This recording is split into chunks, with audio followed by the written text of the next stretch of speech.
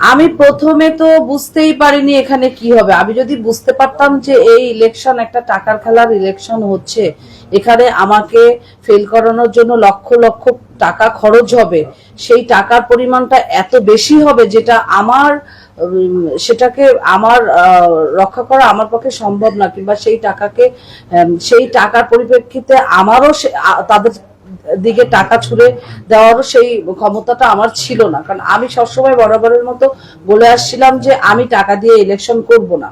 আমি পলি একজন প্রকৃত শিল্পী টাকা দিয়ে কখনো ইলেকশন করে না। প্রকৃত শিল্পীরা তাদের ভালোবাসা দিয়ে এখানে জয়লাভ করতে চায়। তো যখন দেখলাম যে ইলেকশনের দিনও এটা বন্ধ হবে না, যখন দেখলাম ইলেকশনের দিনও বলা হচ্ছে যে আমি যদি ইলেকশনে পাশ করি এবং পলির ব্যালট পেপারে পলির জায়গায় আমার সিল তোমরা দেখাতে পারো, তারপরেও তোমাদের 15,000 করে টাকা দিব, এরকম একটা কথা যখন আমার কানে আসে তখন আমি আশাহত হই এবং আমার আস্তে আস্তে আমি আমার বিশ্বাস হারিয়ে ফেলি যে না, টাকার কাছে আমি আজকে হেরে গেলাম।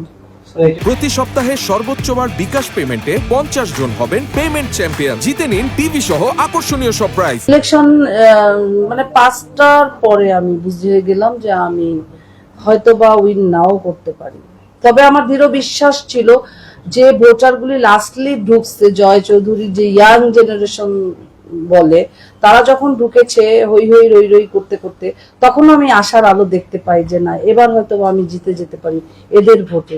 কিন্তু খুব গোপন সূত্রে জানলাম যখন ভোট গণনা হচ্ছিল, ওই ভোট গণনা থেকে আমাকে যখন কল করা হলো যে এই ভোটগুলিও তুমি, প্যানেল যে ভোটগুলি এগুলিও তোমার সাথে বেইমানি করা হয়েছে, তখন আমি বুঝে গেছি যে আজকে পলি হারে নাই, আজকে পলি হেরেছে টাকার কাছে। কথা বললাম